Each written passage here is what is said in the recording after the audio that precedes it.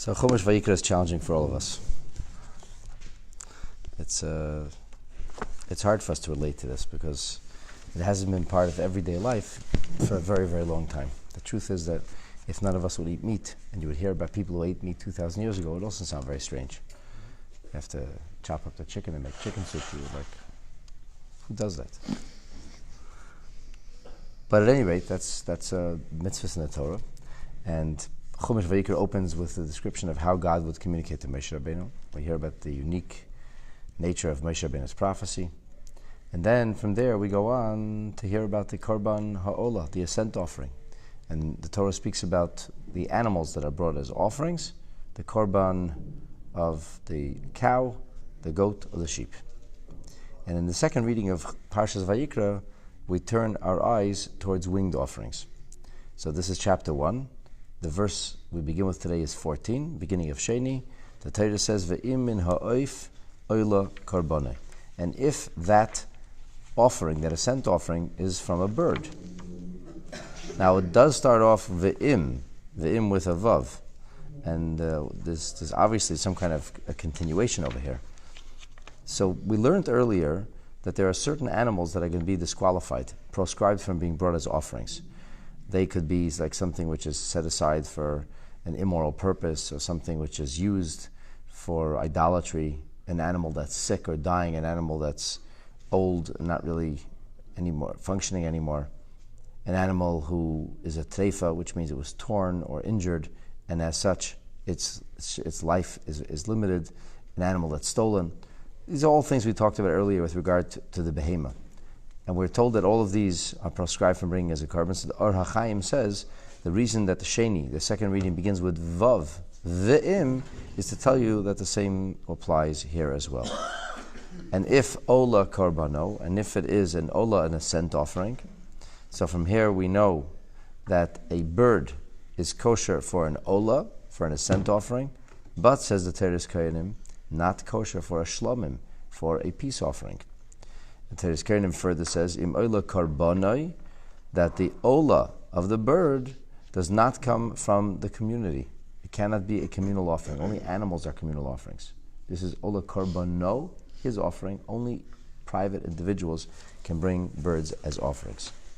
So that's a little bit of an almost like a preface or a preamble or a introduction to the korbanot of the birds, the winged offerings. Let's take a look in Rashi. He says, so if it is min ha'of, if it is from the bird, Rashi says, here also we use the word min.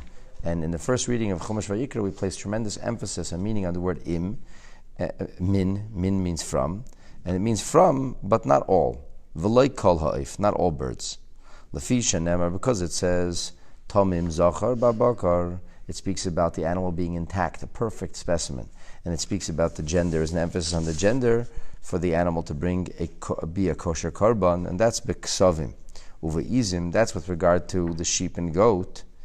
So here we learn that tamus v'zachros, the emphasis on perfect specimen, and the emphasis on gender of the animal, is only bebehema. However, ve'in tamus v'zachros ba'ifis, that's not applicable to birds. And that's why it says, so what does min ha'if mean? So yochel, you would think, af mechusar eiver, that even if the bird is missing a leg or a wing, it could still be brought as a korban. Talmud leimer min ha'if. We're not as selective when it comes to birds. Generally speaking, birds are accepted in a wider fashion. However, we still say min ha'if, not all, only some, from the birds. Which birds can be brought from amongst the fowl? We know not over 99% of birds are actually biblically kosher, even though we don't eat birds unless we can actually identify them as birds that our ancestors ate. So if it comes min ha'toidim, if it comes from turtle doves, or min b'nei ha'yoyno, or if it comes from the pigeons, korbanoi. So Rashi says that toidim, that if the bird is going to be a turtle dove, so you should know that when it comes to toidim, it doesn't say the word b'nei, it doesn't say the offspring of, it just says tur. And the reason is because gedolim v'leiktanim, the turtle doves can only be brought when they are mature and not when they are still fledglings. But b'nei hayoyna, When it comes to the pigeons, the Torah doesn't say Yona, but it says Bnei HaYona, the offspring, because there it wants you to know that it's Ketanim v'lo Gdolim. Only small pigeons can be brought. Once the pigeons are mature, they can no longer be brought as an offering. So mature turtle doves and very young pigeons. That's what can be brought as an offering. The Gemara talks to us about this idea of the wings turning yellow. It says Mishias Hivu, like a golden kind of color. And the golden color indicates that the bird is maturing. So the turtle dove can only be brought only after the wings have this kind of gold shine to it. Or there's a yellowing of the wings. That's when we know that it's mature enough. Whereas when it comes to the pigeons, once the wings start to yellow, so then we know there's nothing to talk about. It can no longer be brought as a korban, and that's kind of like the sign. And tchilas tzihuv, the beginning of its having this yellow sheen to it, is no good either way, because that's like an in-between period, so that doesn't work. All right, this is some of the operating principles of the winged offering, or the fowl offerings. Min ha'toirim, oy min bnei ha'yoyna. So Rashi says, the terminology min, from, with regard to the birds, prat latchilas hatziyuv. This comes to rule out the beginning of the yellow or golden color. Shebazeh or shebazeh. So when they start to turn yellow, when the wings start to yellow, then it's no good either way, because it's either not fully mature or not fully small anymore. So gadol hu etzel bnei yena. Once it starts to yellow the wings, it's already considered mature for the pigeon, and that's no good. Vakat and etzel terim. But since it only started to turn yellow for the turtle dove, it's also no good. And that's the halacha with regard to the bird. And the Torah says that this is something that has to be brought in the Vayikra HaKohen, verse 15. The Kohen has to bring this close to the Mizbeach. Umolak es reishoi. The Kohen has to kind of nip him in the neck, literally, kind of like I don't know what the terminology is. The Kohen, you'll see, forces the head off, kind of like literally nips the head off the bird.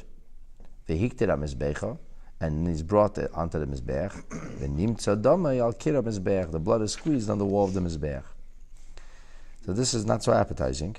The Kohen brings him close to the Mizbeach, and the reason we say it's singular is to teach you, afilu pereda achas, even a single bird, yavi, can be brought. Not only a pair of birds, even a single bird.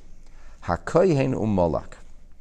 So Rashi tells us that HaKohen u'molak means that there's a very unusual form of killing the bird, which is different than the way we kill other kosher animals. Ein melika b'kli. The first thing you have to know is, although shechita always requires a shechita knife, melika does not require any keli. There's no instrument in hand. Ela ba'atzmei shel kohen, but rather it's the kohen himself. Koitzetz b'tziparnoi mimul ha'oiref. The kohen drives his nail into the back of the neck of the bird, and in doing so, he separates the head from the body. V'choitech, he cuts mafarakte, the back of the vertebrae, whatever you call it for a bird, ad shemagia l'simonim, until it reaches the esophagus and trachea, which are called the signs. The koitzitzon, and he cuts them, he severs them. That's the way the bird is killed. Now this is totally different from typical shechita, because typical shechita is done in a manner of it's horizontal and it's across the neck. So it's done with something called heloch and hava. The knife goes back and forth, and the neck is severed. So you're really, the neck, that's where the simonim are. That's where the signs are. So you sever the signs. Here, the kohen does not use a knife. Here the kohen uses his thumbnail, and the kohen has to kind of drive his thumbnail, or he's allowed to move like a cutting motion, but he has to go through the vertebrae, go through the back, the neck of the bird, until he reaches the signs, and then he has to cut the signs of the animal. And that's what melika is, which obviously is very, very strange to us, because the kohen may sometimes eat these birds. They're called the Korban Chatas. If it's a Korban Chatas, the kohen eats, and the owners obtained Hashem's pardon. And if you were to kill such a bird and eat it, you were eating nevela, not kosher meat. But if the kohen in the Beis HaMikdash eats it, it's 100% kosher. Why is that, eh? It's a very, very unusual situation. So there's a lot to be said as to why a turtle dove and why a pigeon. There's a famous Ramban about this. Balei HaTeisus have interesting things to say about that. Rabbi Yankov Mevina says this is connected to Noach sending off the dove in his time. Anyway, there's a lot to say about that, but I want to focus our attention on the business of melika, the business of the way, this very unusual way that the bird is killed, different from shechita. In fact, totally different from shechita. So different that if you were to do this outside the Beis HaMikdash, a non-Kohen, it wouldn't be kosher altogether. It's only kosher in the Beis HaMikdash. But in the Beis HaMikdash, if you have to use a knife on the neck of the bird, that wouldn't be kosher either. So why is the bird brought as a korban so radically different than the way every other animal is killed in a kosher ritual way? So we have a long rumination from the Rebbe that we're going to focus on for the balance of this morning's class, and we're going to talk about melika, this very unusual way that the bird, is killed on the Mizbeach. Page Yud Tes in the Biyurim book. This is the 14th entry, Siman Yud Daled of Parshas Vayikra. Medivrei Rashi, from the words of Rashi that we just studied together. So we can learn two things. Two basic differences between what's called in Hebrew melika and shechita. Shechita is the typical slaughter that we're familiar with, and melika is this very unusual slaughter. Aleph, number one, shechita mizbatzas besaken. Shechita always requires a knife, a shechita knife, and it's a very, very special knife, and it's made in a very unique way. It's honed to such precision that you could split a hair on it. And by the time the animal would feel anything, it's already dead. It's a quick, painless kind of killing of the animal. Extremely humane. Ve'ilu melika, but when it comes to melika, we learn, Rashi says the words, ba'atzmei shel kohen. It's the kohen's hand itself. The kohen's own thumb, fingernail, is being used. Number two, the shechita is bitzavar. The shechita is always on the neck. If the shechita is not on the neck, even if the shechita is on the side of the neck, that's not kosher.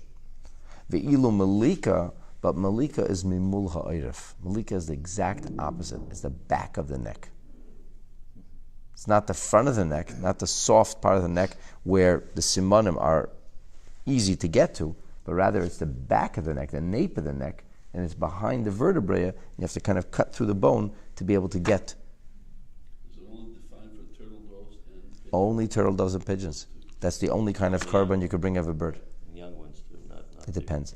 We talked about that before. The pigeon has to be young. The turtle dove has to be mature. And it's very specific. So the Rebbe, in this particular rumination, sets out to explain this, the ruchnius, from a spiritual perspective, in Avodas Habayda, in our service to God. So here is the backgrounder. Balei HaChayim, animals in general, can be mischalkim l'shleisha kvutzeis klolius. Animals, I'm not referring to insects here, or reptiles, but animals, in general, can be divided in three. Animals which are kosher, you could say. There are dogim, there are fish. There are oifis, fowl, birds. And then finally, there are behemoths. There are large animals. Shaloisha kavutzeis elu, these three kinds of animals, makbilos, the Rebbe suggests, are in parallel to shloisha sugim shal Yehudim, to three different kinds of Jewish people. What kind of Jewish people? Not by virtue of birth, not by virtue of nature, by virtue of achievement and avodas Hashem. The three kinds of people are tzaddikim, beinanim, and rishayim. The tzaddik is the holy, righteous individual. The beinani is the person who struggles, but has a perfect scorecard.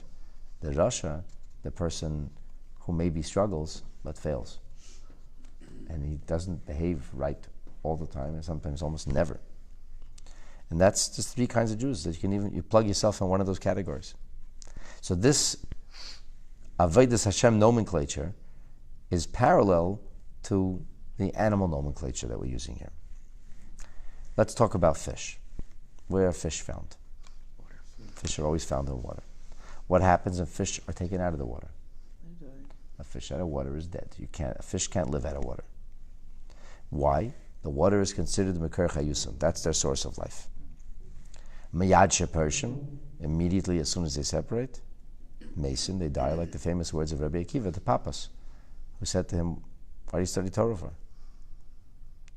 You're afraid of being caught. If you stop studying Torah, you won't be caught." And Rabbi Akiva's answer to him was that the fish were afraid of the fisherman's net. So the fox said, "Come on dry land with me. You won't be caught in the net." To which the fish responded, "If we're in the water, we may be caught, we may survive. If we come out of the water, we're dead." So if a Jew studies Torah in a time of persecution, he may be persecuted. If he stops studying Torah, he won't be a Jew anymore. So this is the notion that the fish must always be connected to their source. And therefore, they serve as a metaphor, a parable for the wholly righteous. What makes a tzaddik a tzaddik? Not euphemistic, you're such a tzaddik. Not talking about that. What makes a person really a tzaddik? What's the definition of somebody who is really righteous? Well, no Yitzhahara. And so what are they doing all the time? They're always cleaving to Hashem. They don't disconnect from Hashem for even a moment. That's the nature of tzaddikim. Much like the fish that are always in the water. Can't live without being in the water. Ha-behemis, him gases v'chumrius. Animals are animals. Crass, coarse, grubby. Davar ha-mizbata bekach, shem b'yecholtem l'reimim l'hagbiyas atzim el haaretz. Animals can't fly. You'll pardon the pun. Is there some kind of euphemism? Pigs don't fly or something? Or when pigs fly? Huh? They're earthbound. They're earthbound creatures. They're stuck to the earth. The earth represents Geshem, represents materiality. The earth represents earthiness, the lowest common denominator. And animals are stuck on the earth. They can't go anywhere. Therefore they comprise a parable for wicked people who are stuck in the muck on the earth. They can't lift themselves. They are, if you will, captives in the hands of the Yetzer Hara.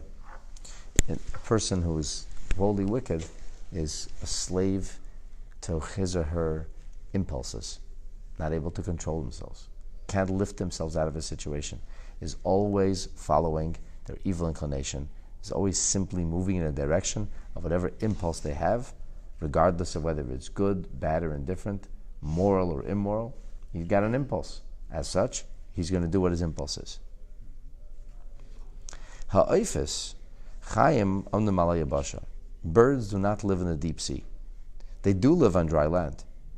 However, heim me'udanim yeser. They are a little more refined. They're less earthy, if you will, than animals. And this is seen in their ability to take wings. This can fly. In other words, lehisreimim alei abasha.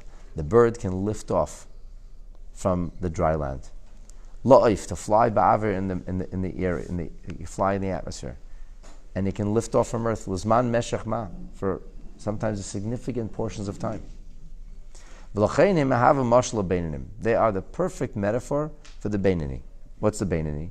The Beinani is the person who is much like the Rasha, because in the end he's stuck with the Yetzer Hara. He can't get rid of him. He lives with him. The Yetzer Hara is always there, sniping at him, trying to trip him. However, achmi pam lepam, there are times, like for example, like the Alter Rebbe says in Tanya during davening, the time of tefillah, yesh biyadim lehisreimim or lehisales matzav maragel. A person can take wings. He can lift himself and extricate himself from his earthy and fleshy situation. He can transcend the Yetzer Hara and all of its desires. And he can lift himself off. He can, so to speak, be in a higher place. During prayer, the Beinani can, in principle, lift himself up to be close to the Creator. He can actually separate himself. He can look like a tzaddik even. You look at the Beinani, you say, wow, it's a tzaddik. He's totally elevated. He's connected to his source. And this is the reason that behemoths and eifes chayavim b'shchita. This is the reason that animals and birds require shechita. They have to be slaughtered. Fish don't have to be slaughtered. They just have to be caught. Because tafkidim shel shechita, the purpose of the shechita is l'roimim as bal chayim. It's to elevate the animal. L'natgoi midargose hanechusa, to separate, to cut it from to separate it from, to truncate it from its low level. So if an animal is going to die slowly, that's called a treifa. That's no good. The animal has to be slaughtered, and by slaughtering it, we remove it from its animalistic reality, and it's, so to speak, replaced or repositioned in a higher reality, to a daga of kedusha. That's how we're able to elevate it. So the shechita is a form of it's the initial form of elevation. In the end, the person still has to prepare the meat to make it kosher, which is a very onerous process. And then after even preparing it, which is onerous, and you have kosher meat finally, and all the blood's removed and so on and so forth, what has to happen then?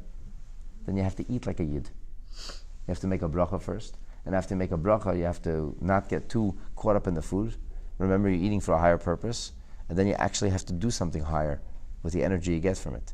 And only then can you really elevate the bird. But the entry into elevation is the shechita. If it's not slaughtered in a kosher way, nothing you do later will make a difference. It'll be stuck. So this shechita, where does it take place? The shechita happens, so to speak, on the neck of the animal. Chitu chatzaver. That's the inside of the animal. It's the front of the animal. The back remains intact. The neck of the animal is not touched. It's only the front of the animal that, if you will, is compromised or severed. The front of the animal, that's where the shechita is. Haponim v'ha'oref, front and back, the neck and the nape. The misablim shnei sugim shel avodas Hashem. They represent two very different dimensions in our serving of God. Haponim, the face. This represents avodah hamavusesas al yediyah v'havana. It represents serving Hashem in a way that I self-identify with the service. The way that I can appreciate what's being asked of me. I get it. I understand it. I know it. I appreciate it. Identify with it.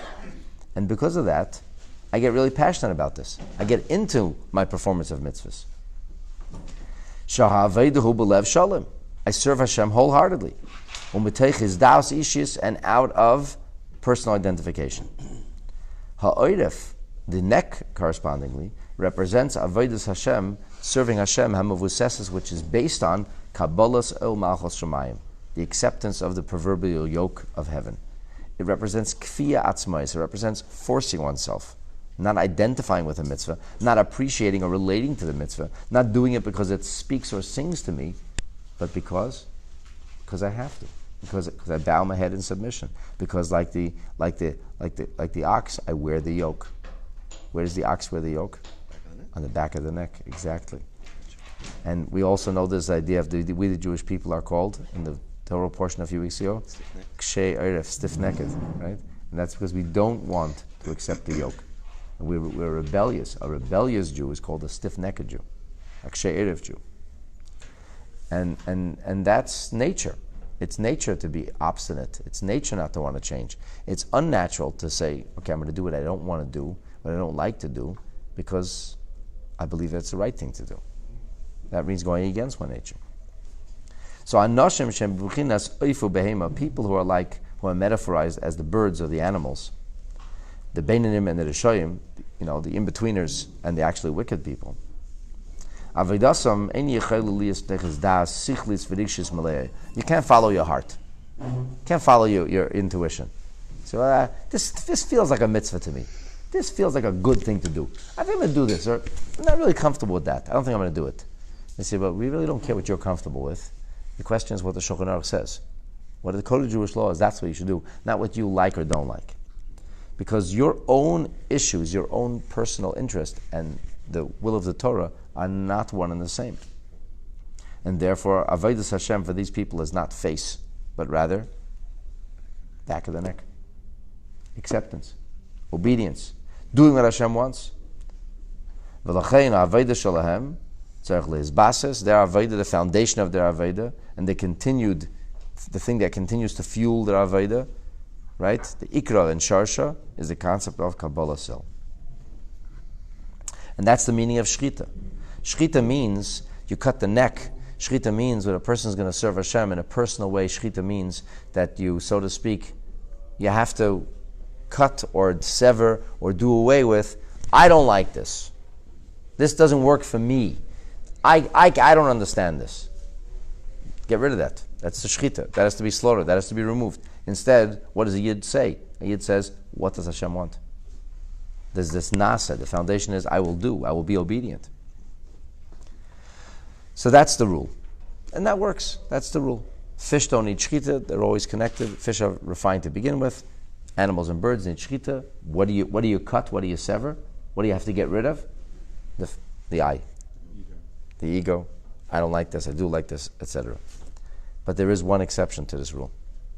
What exception is that? That's the bird in the Beis HaMikdash. The bird in the Beis HaMikdash. He represents a Beinani who is already in flight. He represents the Beinani who is already, so to speak, he's engaged, like in prayer. And because the Beinani, when he's in prayer, he mimics the tzaddik, so there we could rely on the way he feels, because his own ego has become entirely, if you will, transparent. He's transcended his ego. And it's not about him anymore, but now he's like the tzaddik. What he identifies with is actually the will of Hashem. And because of this, in this kind of situation, the Beinani serves Hashem out of a total dveikus, total cleaving. He does identify fully with the will of Hashem. There's no reason to get rid of the neck there, and therefore, how do we elevate it further? The answer is melika, the back of the neck. This is the part that gets, so to speak, totally removed or broken, but what remains is his passion, his fervor, the Beinani's avodah, the Beinani's commitment to HaKadosh Baruch Hu at the time of prayer. And that's why it has to be done ba'atzmei shel kohen. This explains the second detail. Not with a knife, but rather with the hand, the thumb, the person of the kohen. Why? Because the kohen over the Beis HaMikdash is considered to be a shliach of HaKadosh Baruch Hu. There's a discussion in the Gemara, whose representative is he? Shlucha didan or shlucha dirachmana? Is he our representative or is he God's representative? And therefore, Pa'ulas HaMelika, the effect of removing the animal from the back, the head of the bird from the back of his neck, ba'atzmei shel kohen, l'lo yafrada shakli, without using any instrument or vessel, this represents the dveikos and the achtos hamaleya, represents the full cleaving to Hashem, the face-to-face cleaving, which happens by a Beinani when the Beinani is in service. When the Beinani is in the midst of an offering, when the Beinani is doing what HaKadosh Baruch Hu wants. And that gives us some insight into the business of melika versus the idea of the shechita and the offerings that take wings. Very nice. So, in as much as this psukim are hard and challenging for us to identify with, at least you learn something like this, it helps you understand details of the Beis HaMikdash and the details of the offerings in a way which is very personal that we can identify, understand, and appreciate.